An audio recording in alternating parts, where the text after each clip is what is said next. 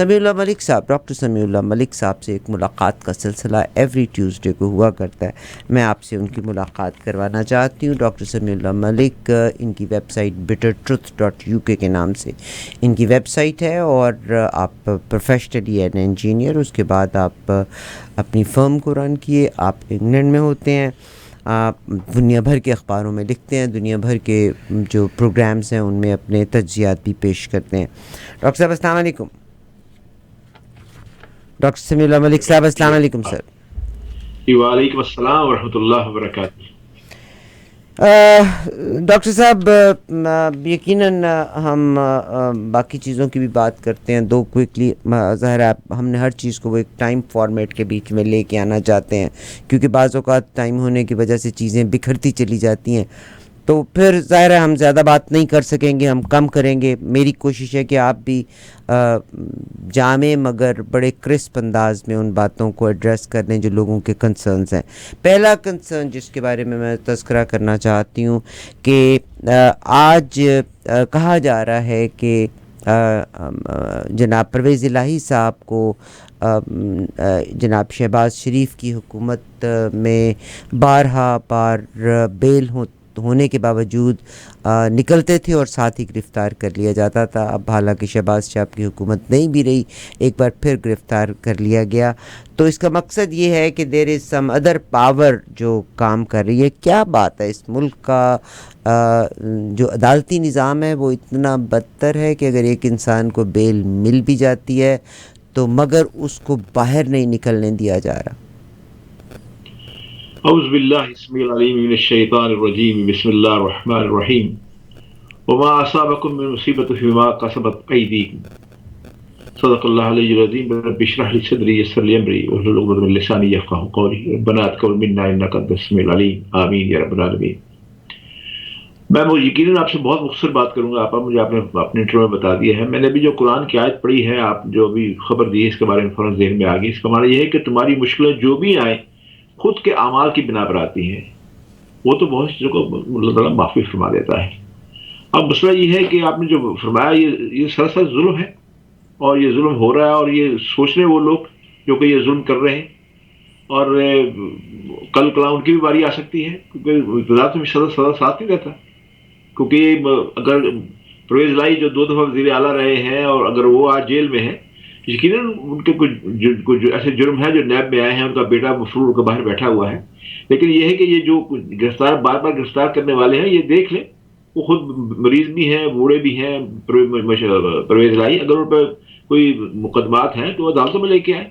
کیا بات ہے کہ آپ اس عدالت میں جانے نہیں دیتے، وہ عدالت سے ضمانت کراتے ہیں، پھر آپ نیا مقدمہ تیار کر لیتے ہیں. پھر آپ ابھی انہیں 1 ماہ کے لیے بند کیا ہوا تھا پرویز الہی کو، اور پھر انہیں جب باہر نکلے جو رہا مہینے کے بعد، تو انہیں پھر نیب نے پکڑ لیا. پھر انہیں لاہور میں وہ لے آئے، لاہور کے اس نیب کی عدالت میں آئیں گے. تو یہ سلسلہ ہے. بس سوچنے میں تو یہ جو لوگ جو ظلم کرنے والے ہیں، میں بہت اگر شکریہ آپ سر. اجازت دیں میں تو آپ کو ایک ظلم کی داستان سنا دیتا ہوں، اگر آپ مجھے اجازت دیں، تاکہ شاید ان کے لیے کوئی نصیحت بن جائے.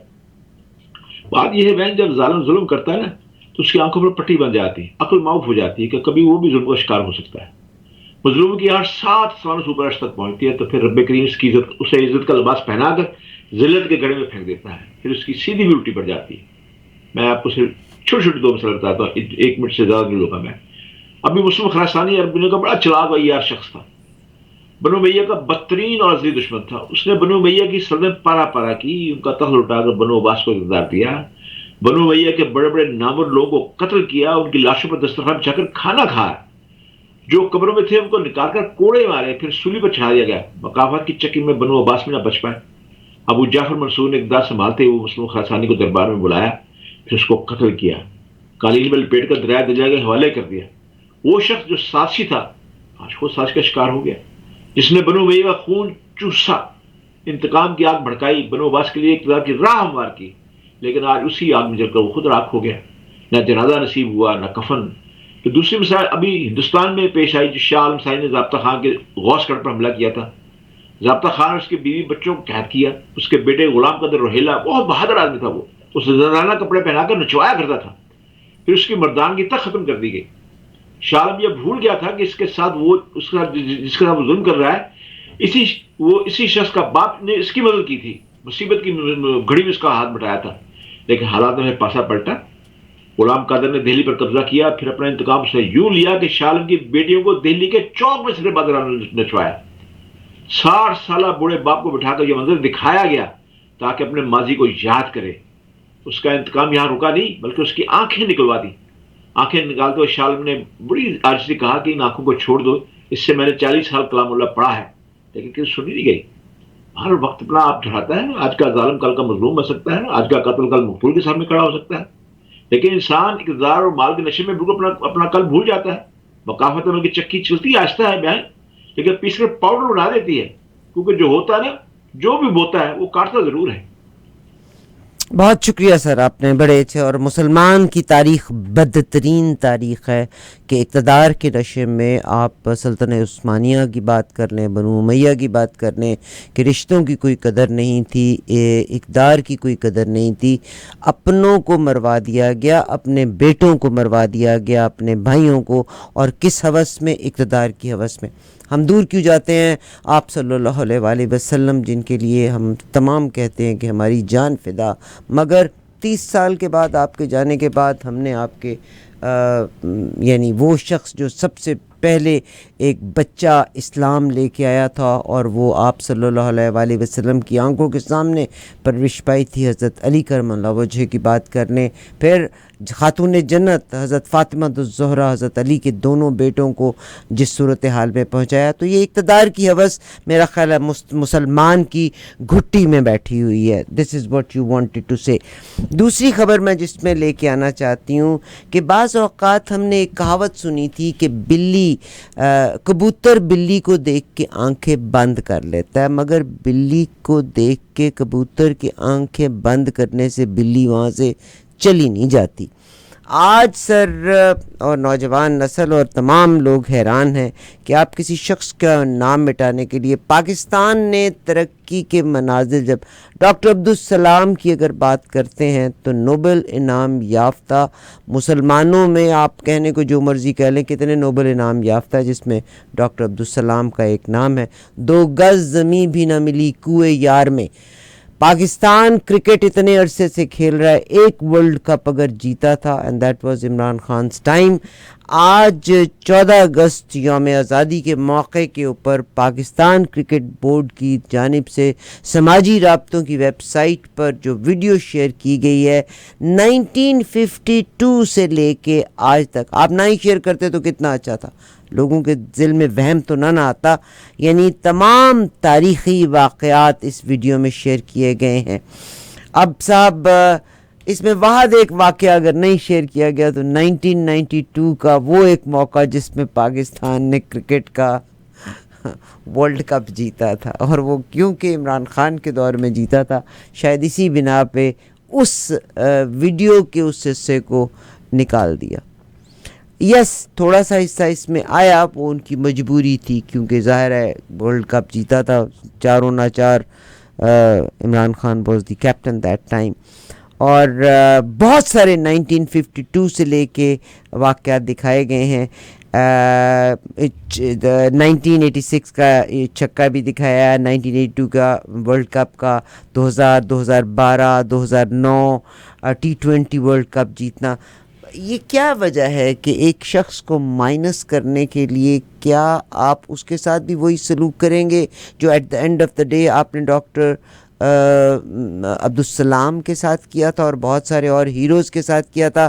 حالانکہ 14 اگست کے موقع کے اوپر قائد اعظم محمد علی جناح کا وہ تاریخی خطاب بھی ہے کہ یہ مسلمان میں تمام اقلیتوں, یعنی انہوں نے جھنڈے تک میں اقلیتوں کا ذکر کیا تھا. اب آپ بتائیے. اب بات یہ ہے کہ جہاں معاشرے زوال پذیر ہونا تو وہاں یہ کام ہوتے ہیں. سب سے بڑی بات یہ ہے کہ تاریخ ایک ایسی چیز ہے کہ اس کو آپ وقتی طور پہ روک سکتے ہیں اپنے کچھ چیزوں کے لیے, لیکن پھر یہ ہے کہ اس کا جو کڑا اور کڑوا سچ ہوتا ہے, اس جو تلخی ہوتی ہے اس زور سے باہر آتی ہے کہ سب کو بھاگ لے جاتی ہے. ہمارے صرف پاکستان ہی نہیں, ہمارے امت مسلمہ جو ہے اس زوال کا شکار ہے. اور یہ کیوں ہے؟ میں بڑی دیر سوچتا رہا کہ آخر کیوں ہے.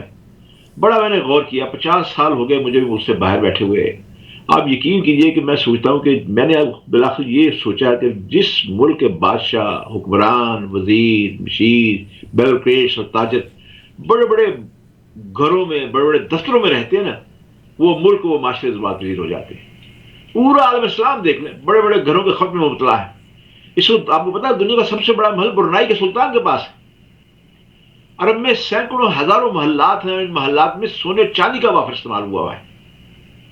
اسلامی دنیا میں اس وقت قیمتی اور مہنگی گاڑیوں کی سب سے بڑی مارکیٹ جو ہے، آپ پاکستان کو، اب یعنی اسلامی مملکت امت مسلمہ ہے، اب آپ پاکستان کو دیکھ لیں. اگر آپ نے عمران خان کا وہ روک لیا ہے تو تاریخ تو نہیں جائے گی. میں آپ کی قطع کلامی قائد اعظم محمد علی جناح پاکستان بننے کے اوپر جو ان کے الفاظ ہیں، I definitely want to the success of our people in all walks of the life depends upon the cultivation of sound minds, the natural کیا ہے commitment to the sound bodies. Lahore کا گورنر ہاؤس پنجاب یونیورسٹی سے بڑا ہے. ایوان صدر کا سالانہ خرچ پاکستان کی تمام یونیورسٹیوں کے مجموعی بجٹ سے زیادہ ہے.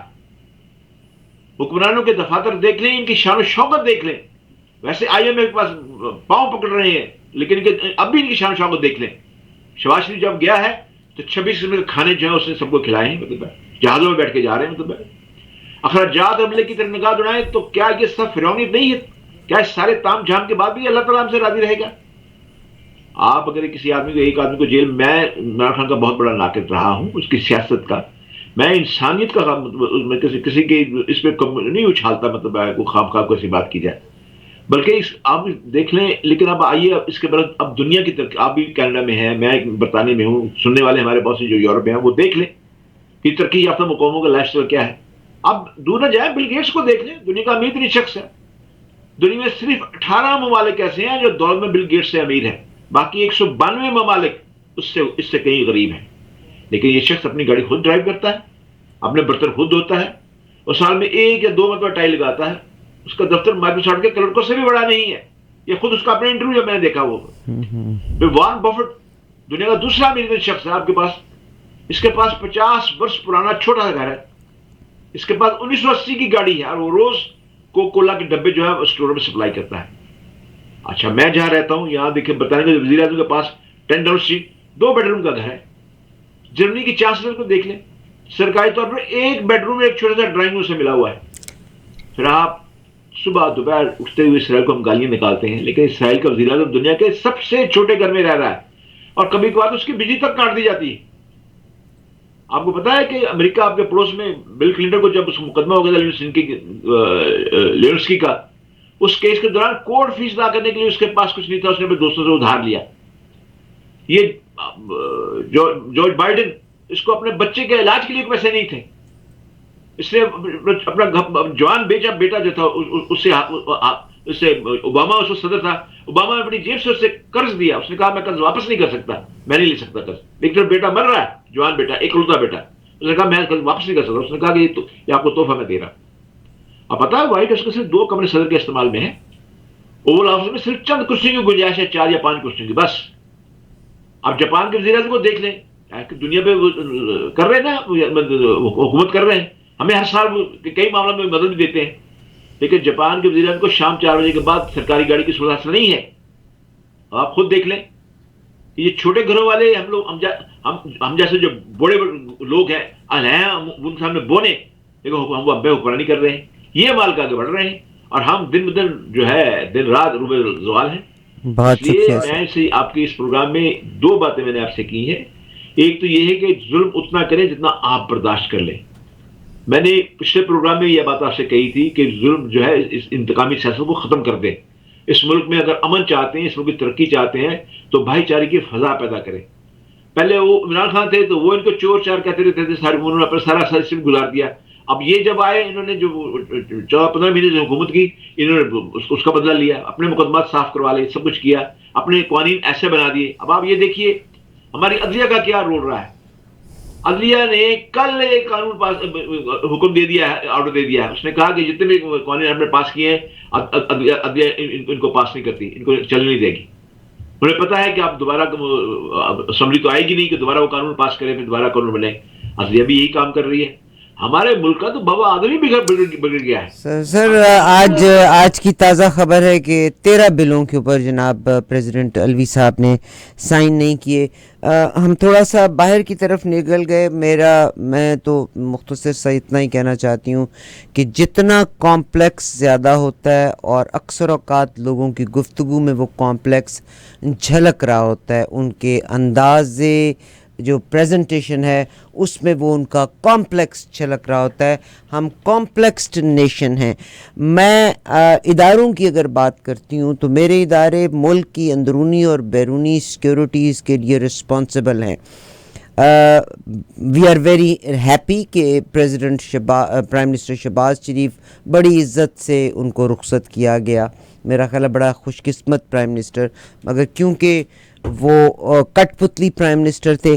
آنے والے پرائم منسٹر جناب کاکڑ صاحب اور اس وقت اختر مینگل ایگزیکٹلی وہی زبان استعمال کر رہے ہیں جو کہ عمران خان صاحب کر رہے ہیں, اور انہوں نے بڑے کھلے لفظوں میں جو خط لکھا ہے جس میں انہوں نے نواز شریف صاحب کو مخاطب کیا. انہوں نے کہیں پہ بھی جناب شہباز شریف جو ایک پرائم منسٹر ہیں ان کو مخاطب نہیں کیا. انہوں نے کہا ہے کہ ہماری تو قسمت ہے کہ ہم نے مار کھانی ہے, ہماری تو جبری گمشدگیاں ہونی ہیں, اور جس میں ان کا نشانہ اسٹیبلشمنٹ تھی. آپ نے پرویز مشرف سے مار کھائی اور ضیاء الحق کے بعد آپ نے مار کھائی, اور اس کے بعد اب باجوہ صاحب نے بھی جو آپ کے ساتھ کیا. کمال ہے کہ آپ اپنی پاسٹ سے سیکھ نہیں رہے, بہت بڑا ہے. اب جو کاکڑ صاحب, انوار الحق کاکڑ صاحب کہتے ہیں he's a young man, very energetic man, مگر 16 مہینے میں جو آپ کی پی ڈی ایم تھی انہوں نے صرف اپنے تمام گناہوں کو معاف کرا کے اپنی سلیٹ کو صاف کیا.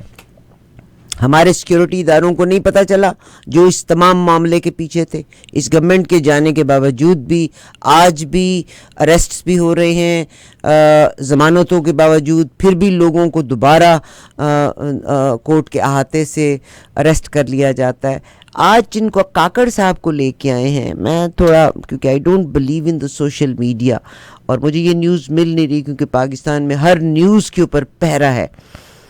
کہا جاتا ہے کہ انہوں نے بھی ایک این جی او سٹارٹ کی تھی جس کے مقدمے کا فیصلہ اگلے کچھ عرصے کے بیچ میں تھا, اور کاکڑ صاحب بھی اب پرائم منسٹر ہیں.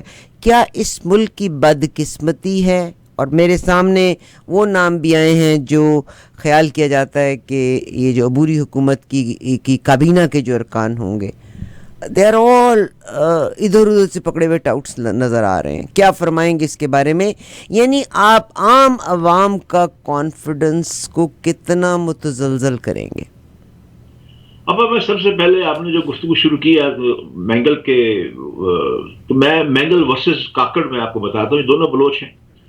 بات یہ ہے کہ میں پہلے مینگل کی بات بتا دوں. اس کا ایک بھائی انڈیا میں بیٹھا ہوا ہے اور جو کہ بلوچستان کو بقا کرنا چاہتا ہے. دوسرا بھائی اس نے بلوچستان کی آزادی کے لیے وہ بلوچستان کے اندر اس کی پوری تنظیم چل رہی ہے, اس نے بندوقیں اٹھائی ہوئی ہیں.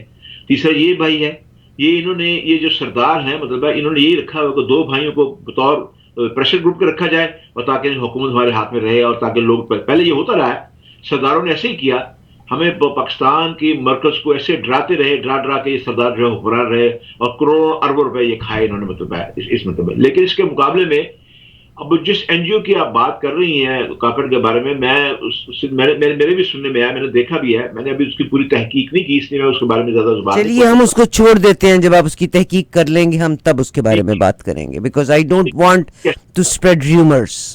لیکن ایک بات میں آپ سے عرض کر دوں کہ میں نے آپ کے پچھلے پروگرام میں یہ بات کہی تھی. آپ نے کہا تھا کہ اس طرح ٹیکنالوجسٹ, میں نے کہا کہ ٹیکنالوجسٹ کو وزیر اعظم نہیں بننا چاہیے کیونکہ انہیں حکومت کرنے کا انہیں نہیں ہوتا. ٹیکنالوجسٹ کو دوسرے معاملات میں ہونا چاہیے, معیشت میں آ جائیں, ریلوے میں آ جائیں, دوسری چیزوں میں آ جائیں, اس کو صحیح ٹھیک کرنے کے لیے تو سیاستدان آ جائیں. تو اس حوالے سے یہ سیاستدان آئے ہیں. لیکن جو مزے کی بات یہ ہے, میں جو بتانا چاہتا ہوں یہ ہے کہ ان کو مقرر کرنے میں ایک صدی کا بہت بڑا لطیفہ بھی سرزد ہو گیا. وہ یہ کہ شہباز شریف صاحب اور راجہ ریاض صاحب دونوں آپس میں مشورہ کر کے وزیر مقرر کرنا تھا, تو راجہ ریاض نے ٹی وی پہ یہ بیان دیا کہ یہ میں نے نام پرپوز کیا, اور شہباز شریف صاحب نے مان لیا اور اس کو مقرر کر دیا. ادھر آپ اب یہ دیکھیں کہ یہ میرے لیے صدی کا سب سے بڑا مگر میرے نظر میں راجہ ریاض صاحب کا جو انٹرویو گزرا ہے اس نے کہا ہے کہ میں فیصل آباد چلا گیا ہوں, اس انوار الحق کاکڑ کا نام میں نے نہیں دیا, اسٹیبلشمنٹ کی طرف سے دیا گیا. کل میں نے خود دیکھا ہے ٹی وی کے اوپر اس کو راجہ ریاض کو, میں اس لیے بات کر رہا ہوں. میں بھی آپ میں کے ساتھ وہ پروگرام کلپ میں شیئر کبھی بھی کر کوئی لیتا بات ہوں. غیر مصدقہ نہیں کرتا جب تک میں خود دیکھوں نہ. اس لیے میں نے کاکڑ کے بارے میں بات کرنے سے انکار کر دیا. لیکن آپ یہ دیکھیں کہ کسی بھی سیاسی جماعت کا یہ منتخب ان کا ارادہ نہیں تھا, یہ کہیں اور سے نام آیا اور انہوں نے پھر اس کو منتخب کروایا اور اسے کیئر ٹیکر پرائم منسٹر بنوایا گیا. یہ میں آپ سے کہہ دیتا ہوں. بہت شکریہ. مگر آپ نے جیسے کہا تو میں بھی کوئی ریومر نہیں پھیلانا چاہتی. میں نے ذاتی طور پہ ان کا انٹرویو سنا ہے. آئی ول ٹرائی کہ میں اس پروگرام کے آخر میں اس کو ہم کسی نہ کسی طرح سے اٹیچ کر کے آپ تک پہنچا دیں, جس میں کاکڑ صاحب نے بالکل انٹرویو میں یہ لفظ کہا ہے کہ میری کوئی سفارش اس میں نہیں تھی, اس کا نام آیا تھا, شہباز شریف نے سائن کیا, میں باہر ہو گیا. اور اسٹیبلشمنٹ پہ انہوں نے زور نام لیا ہے, اسٹیبلشمنٹ کا باقاعدہ نام لیا ہے. انہوں نے کہا ہے کہ اب it is between establishment and Kakar. Kakar نے بھی کون سا اپنا فیصلہ, this is the words what he said, کہ انوار الحق کاکڑ صاحب نے بھی کون سا فیصلہ کرنا ہے, جنہوں نے ان کا نام دیا ہے انہی سے وہ فیصلے کرائیں گے.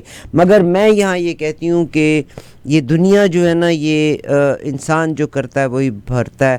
اختر مینگل صاحب, آپ نے بھی ساتھ دیا تھا نا پی ڈی ایم کا, چنگا ہویا تھاڑے نال یہ ہونا چاہیے سی. اور راجہ ریاض صاحب ایک تو بھی برا ہوئے, انہوں نے پہلے عمران خان کا ساتھ دیا. عمران خان جب جا رہا تھا تو آخری دنوں میں تو وہ ٹوٹ گئے. ایگزیکٹلی. سر اس کے بعد مجھے یہ بتائیے گا کہ جناب کیا اللہ عمل رہے گا؟ اس کا مقصد ہے کہ آرمی پس پردہ حکومت کرے گی اب اگلے 3 سال تک. دیکھیے اب 3 چیزیں میں آپ کے سامنے رکھتا ہوں, اس سے آپ اندازہ کر لیں کہ کون کیا ہوگا. سب سے پہلی بات یہ ہے کہ ہمارے پاکستان کے اندر جو معیشت کا برا حال ہے, یہ ہر حال میں اب معیشت کو سہارا اس لیے دینا ہے کہ ہمارا 9 مہینے کا آئی ایم ایف کے ساتھ اسٹینڈ بائی جو قرض دیا اس کا وعدہ ہے, 9 مہینے میں اسے پورا کرنا, ان کی تمام شرائط کو. اور انہوں نے جو ناک سے لکیریں آپ سے نکلوائی ہیں. اب یہ دیکھیں کوشش یہ ہوئی تھی, یعنی جو میرے باوسوق ذرائع ہیں انہوں نے مجھے بتایا تھا, کوشش یہ ہوئی تھی کہ حفیظ شیخ کو جو ہے اسے کیئر ٹیکر پرائم منسٹر بنایا جائے, کیونکہ وہ آئی ایم ایف کے بھی آدمی ہیں, امریکہ کے بھی آدمی ہیں. لیکن ہمارے لیے مشکل یہ تھی کہ اگر ہم انہیں بناتے ہیں تو وہ آ کے اگر سی پیک بند کرواتے, سی پیک پر کام روکتے, یا سی پیک کی ساری باتیں اندر کی باہر نکالتے, تو پھر ایک اور مسئلہ بن جاتا. ہم ایک بار پھر ایک تنہا ہو جاتے, اور اس دفعہ تو پھر ایسے تنہا ہوتے کہ خدا نہ خواستہ پاکستان کی سالمیت کو بہت زیادہ خطرہ لاحق ہو سکتا تھا. یہ بھی ایک بہت بڑا یعنی عمل تھا, اور یہ بھی بڑی پریشانی تھی کہ کس کو کر کیا جائے. یہی وجہ ہے کہ آخر وقت تک کسی کا نام سامنے نہیں آ سکا. اور کاکڑ کیونکہ یعنی امریکن نواز امریکہ کی خواہش میں نہیں آ سکے. لیکن اب کوشش یہ ہو رہی ہے کہ کسی طرح شیخ حفیظ کو وزیر خزانہ نگران کابینہ میں بنا دیا جائے.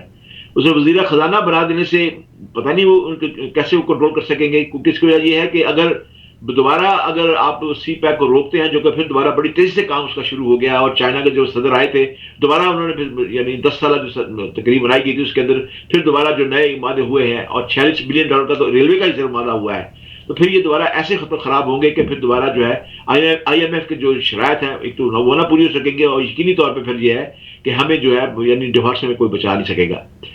تیسری بات جو میں آپ سے کہنا چاہتا ہوں, لازمی بات ہے کہ اب جو زرعی طور پہ جو معاہدے ہوئے ہیں سعودی عرب کی اور یو اے ای کی اور قطر کی جو انویسٹمنٹ آ رہی ہے, آپ کو پتا ہے کہ ان کے پیچھے کن کا ہاتھ ہے, وہ کون لائے ہیں.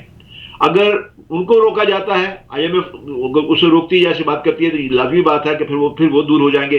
ہم پہلے ہی ترکی سے بھی دور ہو گئے, ملائیشیا سے دور ہو گئے. اگر آپ میں دہرانا نہیں چاہتا, آپ کو پتا ہے کہ ہم ایک کانفرنس کرنے والے تھے, ہم نے خود تیار, یعنی ہمارے سابقہ وزیر اعظم تھے انہوں نے بقایا طور پہ یہ تجاویز پیش کی تھی مہاتیر محمد کو اور اس کو اردوگان کو کہ او آئی سی کچھ نہیں کرتی مسلمانوں کا, یہ بالکل سعودی عرب کے انڈر ہے, آپ اسے ہٹ کے نئی او آئی سی بنائی جائے.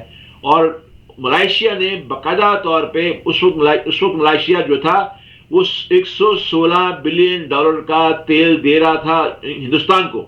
ہندوستان نے باقاعدہ دھمکی بھی دی ملائیشیا کو, لیکن ملائیشیا نے نہیں مانا اور اس نے باقاعدہ کانفرنس رکھی. اور ٹھیک 2 دن پہلے عمران خان صاحب کو سعودی عرب بلایا گیا, اور جب یہ واپس آئے تو انہوں نے اس کانفرنس میں جانے سے انکار کر دیا. وہ اس میں ایران بھی تھا, کانفرنس ہوئی, لیکن ہوا کیا، ان ملکوں میں جو دوست ممالک تھے ان سے بالکل کٹ گئے. ایران کا بھی اعتماد ختم ہو گیا، ترکی کا اعتماد ختم ہو گیا، اور ملائیشیا کا اعتماد ختم ہو گیا. جو ہماری ملائیشیا کے ساتھ $18 بلین کی جو ہماری ایکسپورٹ امپورٹ کا تھا اس کا بٹا بیٹھ گیا. ترکی کا ساتھ انہوں نے دیا. ترکی نے یہ کیا کہ ترکی نے اپنے وہ مراسم تو نہیں رکھے، لیکن ترکی نے برادرانہ طور پہ ہمیں اتنا زیادہ ایسا کام نہیں کیا. لیکن یہ ہے کہ ہم اپنا اعتماد کھو چکے تھے. اس لیے ہمارے لیے ناممکن ہے کہ اب ان ملکوں کو ہم ناراض کریں. ان ملکوں کو ایک طرف یہ ہے، اور دوسرا گروپ، دوسرا جو میں نے بتایا IMF کا امریکہ کا گروپ ہے. اب اس میں بہت تلوار کی ایج پہ چلنا ہوگا، اور اس میں کون اس میں کم کرے گا؟ اب سیاستدان تو رہے ہی نہیں. اب لازمی بات ہے کہ کاکڑ جو غیر سیاسی حکومت ہونی چاہیے، وہ غیر سیاسی فیصلے کیسے کر پائیں گے جب ان کے پیچھے اگر قوت نہ ہو؟ اس لیے ان کے غیر سیاسی فیصلے کرنے کے لیے، ملک کو بچانے کے لیے کوئی قوتیں ان کے پاس تو ہوں گی نا، تبھی یہ فیصلے ہوں گے. تو اس سے آپ اور آپ کے ناظرین فیصلہ کر لیں کہ کون کو اس حکم کو چلائے گا. بہت شکریہ سر. اور میں یہاں سے یہ کہنا چاہتی ہوں کہ اس ملک کا نظام قانون نامعلوم کیسا ہے. میں اگین عمران خان صاحب کو، ان کے وکلاء کو ان سے ملنے نہیں دیا جا رہا، یقیناً جس کی وجہ سے لوگوں میں بہت بے چینی کا عالم ہے.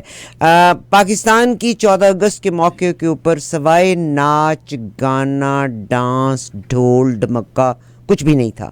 مگر اگر آپ ہندوستان کی بات کرتے ہیں تو کیا کمال کی سپیچ کی نریندر مودی نے، اور انہوں نے کہا ہے کہ اس سال سپٹمبر میں انڈیا 2014 سے لے کے 2023 تک 10ویں اعلیٰ معیشتوں میں سے India has become the 5th اعلیٰ معیشت بائی 2000. اور G20 کی سربراہی کا موقع ہندوستان کو ملا which is a big deal. And by 2047 انہوں نے کہا ہے کہ انڈیا ترقی پذیر نہیں بلکہ ترقی یافتہ ممالک کی صف میں شریک ہوگا. This is a gift what a prime minister of a country can give to the nation.